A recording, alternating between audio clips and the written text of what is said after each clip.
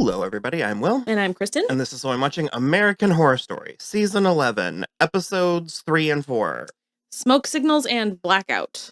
I don't know what to make of this because we're 4 episodes in and it's very consistent, in my opinion. It's consistent and it's actually, like, relatively contained. Like, Yeah. like restrained, I guess. I will say one thing, which is that I kind of hate Gino. Oh my god. And also, he stays getting almost murdered. Is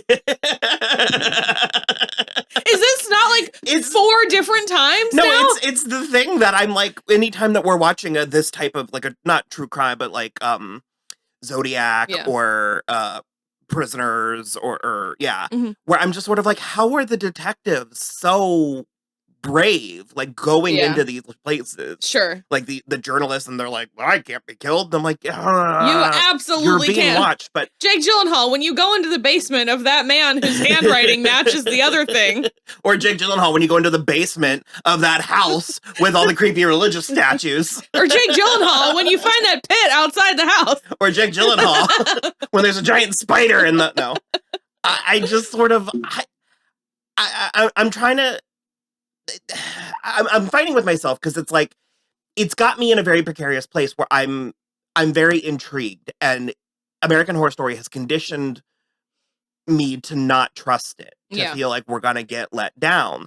And I'm not entirely sure what the story we're telling is. Yeah. I find it so interesting that the way that the production is just handling Mr. Whiteley, like he's like, we just know he's the murderer. Yeah. And we just like, he's a POV character. Yeah, we just knew it like 2 episodes in.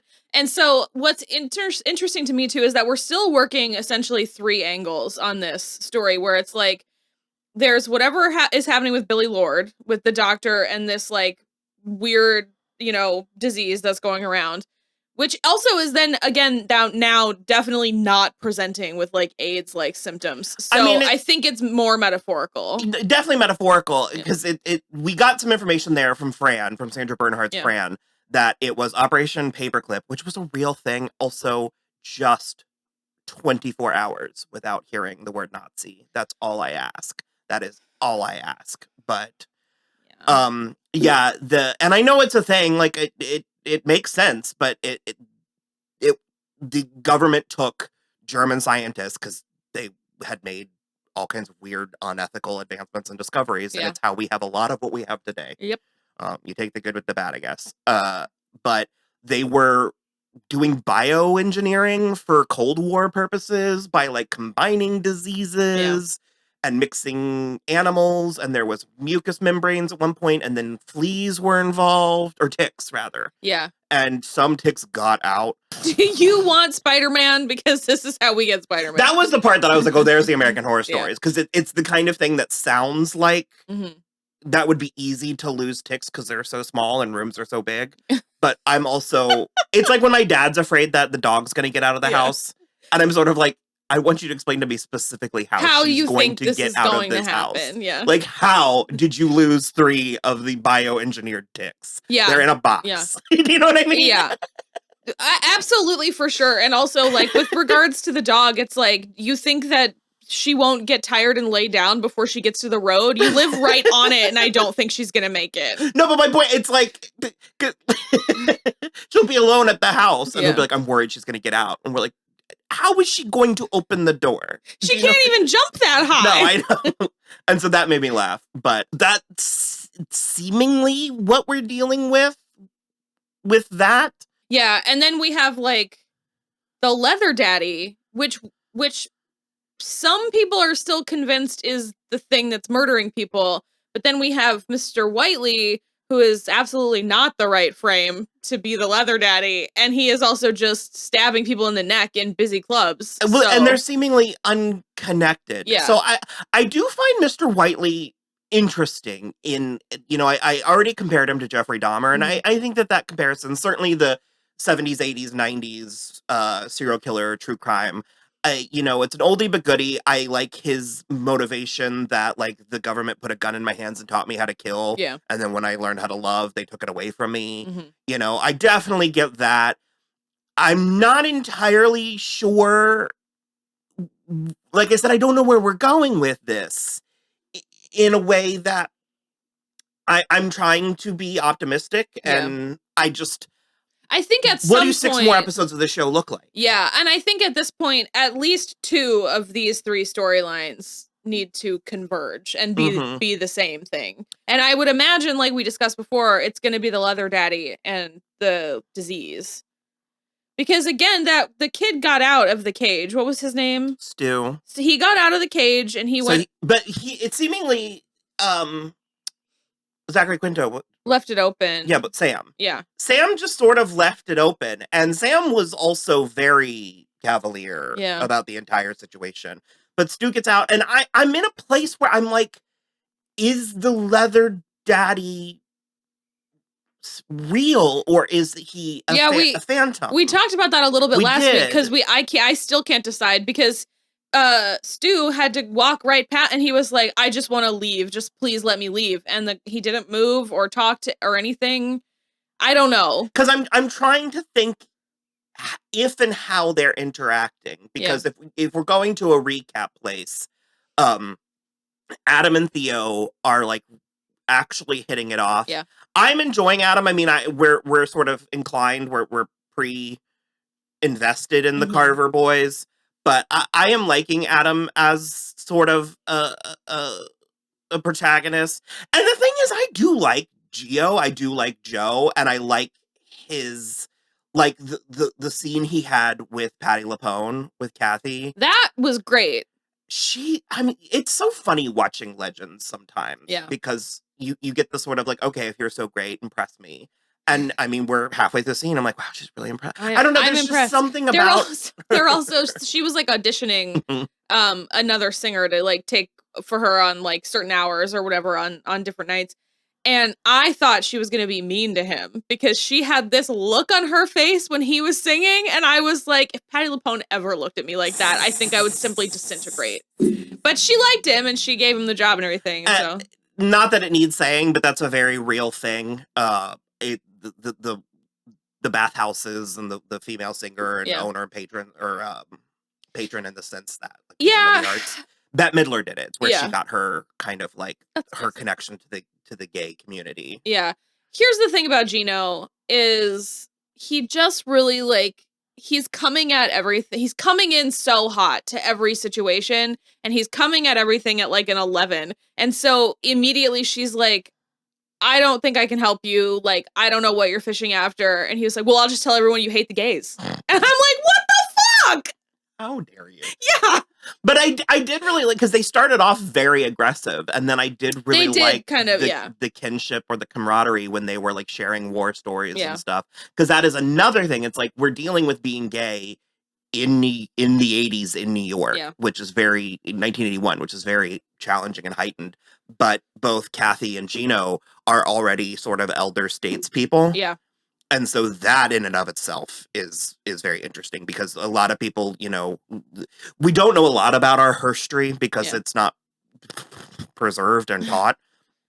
A lot of people are aware that there was, you know, a lot of history in like the 80s, but even before that, there was sort of like a movement in the 60s. That's where a lot of what we understand of drag today originated, from the pageants in the 60s and the LaBeija family and all that, yada yada. But I found that all very interesting. Like I said, Adam is sort of courting Theo. Yeah, it's really I guess interesting. I was gonna say strange, but I guess I don't know if that's just how this kind of stuff works, because Theo is like down to clown, but he's also like in this relationship with Sam. And so then Adam is like also down to clown, but he's like, I don't want to get in the middle of your relationship. Well, you get that sense. It's something that I lament a lot, where it's like a lot of being gay is trying to fit in with other people being gay. And a phrase that I have been sort of echoing is that I'm really put off by and tired of being lectured by other gay people on how to be gay. Yeah. And so I'm getting the sense that Theo is sort of taking the cues from the establishment around him, and he's sort of letting Sam sort of like dictate tell him what he's doing and how they are. And I'm getting the sense that Adam's a little more organic. Like, he's a little bit more... He's also more romantic. Like, he's a bit more of... And he's so cute. He's got that little Charlie Carver face. I loved the club. I can't think of what it's called. Ascension, I think. The Ascension Club with the single best character of the series, Dunaway. Played by Sis. Yeah. She was fantastic. I am furious that it burned down. That she got as injured as she did. Yeah. I know it's American Horror Story, but it just feels cruel and unusual. I agree. And I love the show. I understand what they're doing, but I'm just sort of like, okay, but let's not pull a... Who did the Stonewall movie? Someone did a Stonewall movie? Yeah. I can't remember the director. He's a famous director. He did a Stonewall movie, but he like framed it around a like cute white boy from the Midwest. No.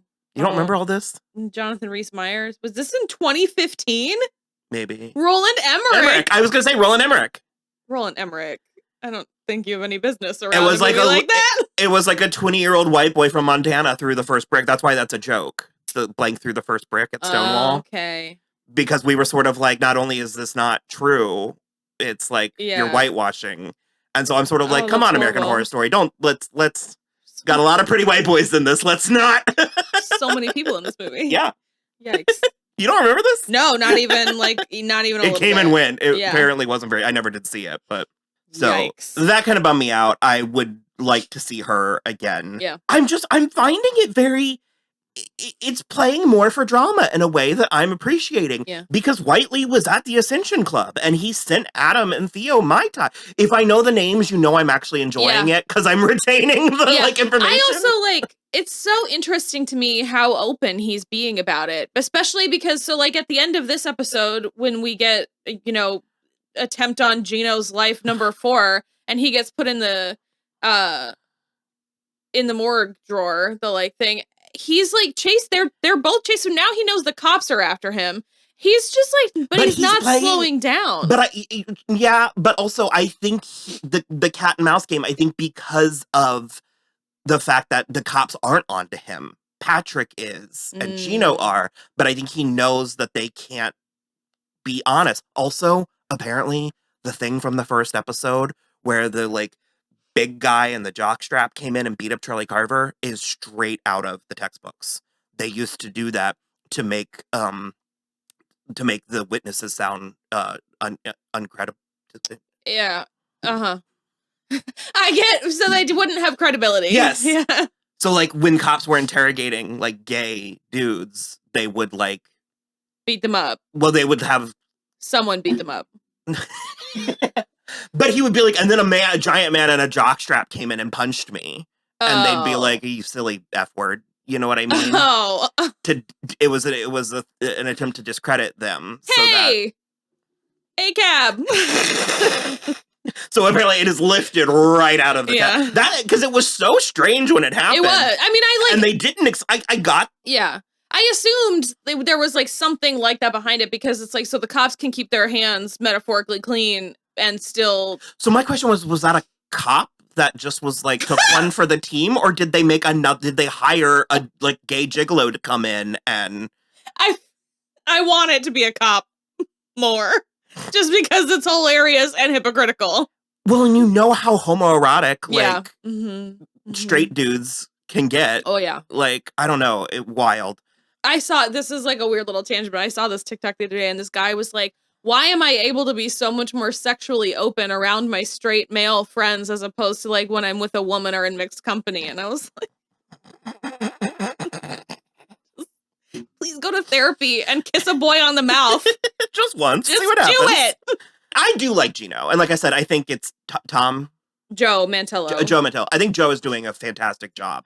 He's doing a fantastic job of being a character I don't like. Well, I touched on the first episode where I'm he is morally correct, but he's demanding the rest of the world meet him in a place that it's not capable of doing. Yeah, also not the middle. Yeah. And it's again, you are correct, but it's if you bend something too much without warming it up, you're going to break it. Yeah. And that's where he's at. And Because that's what I said like earlier, where I was like, he's just coming at everything like an 11, where he's like coming at Dennis O'Hare's character and he's like, tell me what I want to know. Yeah, I love Dennis O'Hare. He's just like a kindly old man that's trying to drink his cocktails in peace and quiet.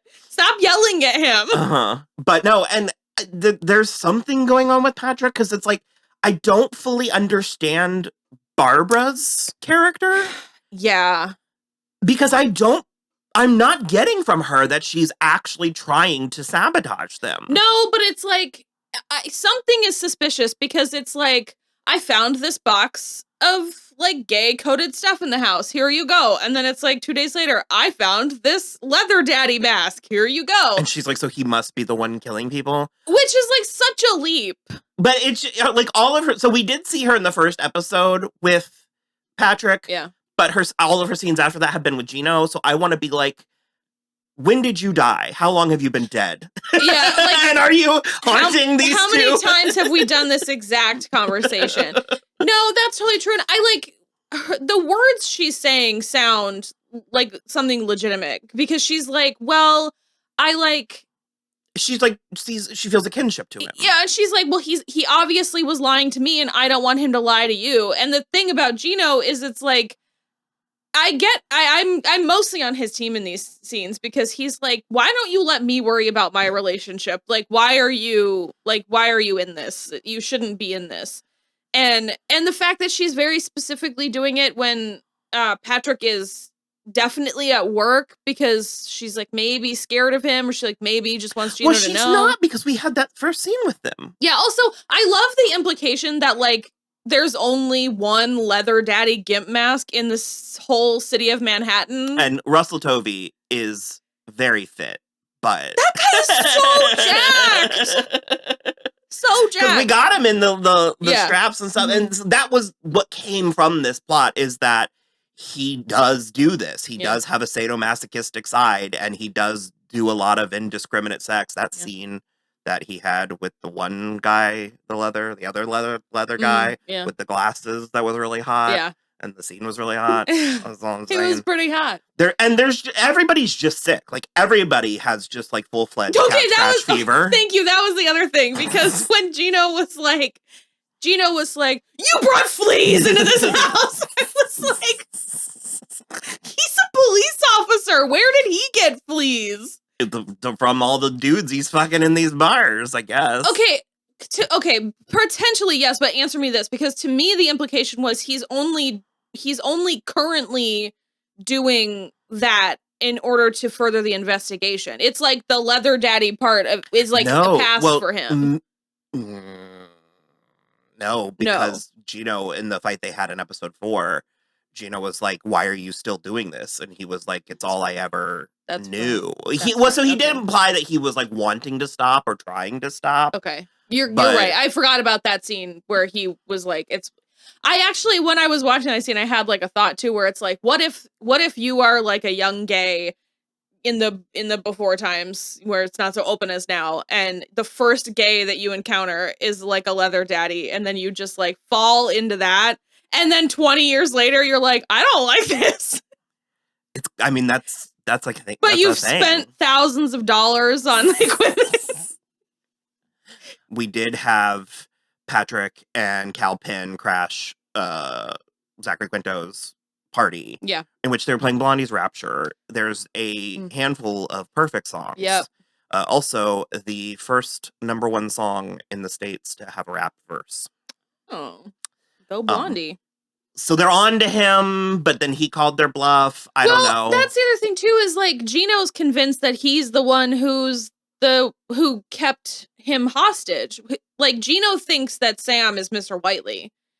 And Patrick was like, it's definitely not him. Like, there's no Well, at that way. point, I think now that they both see him and Mr. Whiteley locked him in the sure, yeah. They were also just like freely doing coke right in front of the cops. I guess it was the 80s. 1981. Also, Hannah stole a bunch of blood. Wow, yeah, she did. Because she went to talk to the head doctor, and he was like, "This is not the Tuskegee. Like, we're not doing this." And so then she basically was like, when they all got brought in, she was like, well, we'll just see about that. And she got all of their consents for it. She was like, I need to take your blood. It's very important. And they were like, okay. Also, Adam's maybe the father of the baby. Yeah, what the fuck? Did I even know she was pregnant? I feel like I didn't even know she was pregnant. But then he told her she was all glowy, and I was like, oh, I guess she's pregnant. Yeah. But it was very implied. Like, it was implied that they knew each other, but that they weren't super close because they hadn't. I don't know. It was interesting. The showing and not telling. Yeah. You know, I'm trying so hard to not be optimistic, and I mean, all we need is another 2 episodes with out of left field stuff to lose control of this. Where like the baby gets the disease in utero somehow. Why would you? We've also just had 3 excessively traumatic births on House of the Dragon. And we're watching Cabinets of Curiosity. Cabinets of Curiosity. I'm shocked we haven't had a demon pregnancy on that yet. There's a lot of other gay dudes. There's this sort of like underground Repo, the genetic opera. Yeah. Like the bar from the 1st or 2nd episode with Alana. Yeah. Well, no, the Lana, that was just like the dark bar. There's like this like performance space with cats. Oh yeah, that where Hale Appleman is there. Daniel and Cameron and Hans. I feel like I mean, he's still around, maybe. I don't know. Hale Appleman has Grand Dame status to me from Magicians. Yeah, for us, he's a very big deal. And in reality, he had one very successful, or like, you know, relatively successful television show. And we're like, why isn't Hale Appleman in Marvel? And I feel like more people are like, who? The Magicians. Yeah. But yeah, so they are on this show. They are in this relationship. Yeah. Well, and Hans is no longer in this relationship. And he died from they threatened us with a milkmaid's place, to quote Sharonda. There were a lot of pustules. It wasn't too bad. But no, it wasn't as bad as the milkmaid episode for sure. But he seemingly died from one of these diseases. Yeah. And it had also like progressed extremely fast. Like really, really fast, because we saw him like performing, and then he was like getting on the train, and then something terrible happened. What woman? She's homeless presenting, unhoused presenting. There's a woman that's like telling them it's coming for them. Oh yeah. And she said it to Adam and Theo, and then she said it to him, and the next scene he was dead. Yeah. And because even Dunway was like, the fire's coming. I was like, sis, fire done came. Fire's here. The fire's here for sure. So, yeah, there was the blackout. It was fun. Very New York. I like... Well, it was like a scheduled rolling brownout, kind of. And I just am like, what if we just sort of like standardized electrical grids? Seems like it'd be pretty tight, right? Daniel's unraveling. And there was... I don't remember if we met Cameron before. It says he was in episode 3 as well.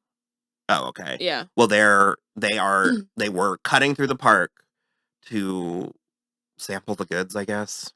Oh, well, Central Park was like... Oh, I understand. The place to cruise. But he was like, it's like going to a bakery and smelling the stuff.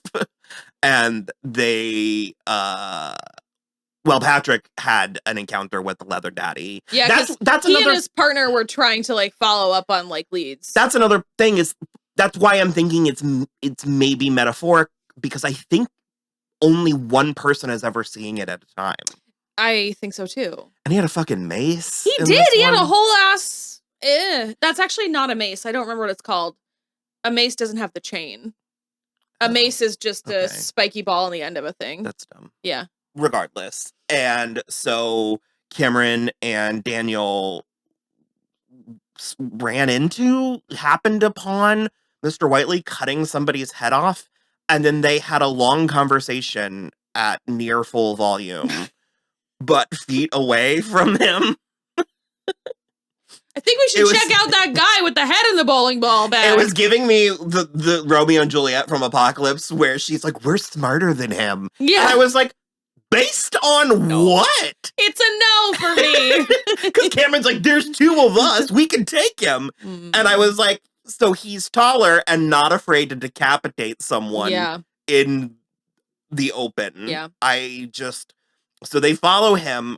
It was actually scary. Yeah, it's pretty scary. They get on that guy, that Jeff Hiller, is terrifying. He frequently registers as just sort of like nerdy. Yeah, but no. He's well, terrifying. Especially with the lighting that they had going. Yeah, that exactly is exactly what I was gonna say. And I did love the scene of them trapped on the elevator where he's like, "Oh, that's just my groceries," and he was like, "No, I don't know why I lied." I don't know. I'm in. I'm enjoying it. Yeah. I'm just hoping that it actually does go somewhere, and I am hoping that we stick with let it be a drama. Like, let it be a drama with scary elements, and that we don't suddenly find a way to like turn it into a Ghostbusters movie or something. Sure. Like, because we do have a lot of fringe pieces, which is an American Horror Story staple. Yeah. Usually at the midway point, there's like 3 people that are in the cast list that you're like, we have not seen. Yeah. That's true. So, I don't know, but I'm having a good time. Yeah, so, me too. We'll be back next week with episodes 5 and 6.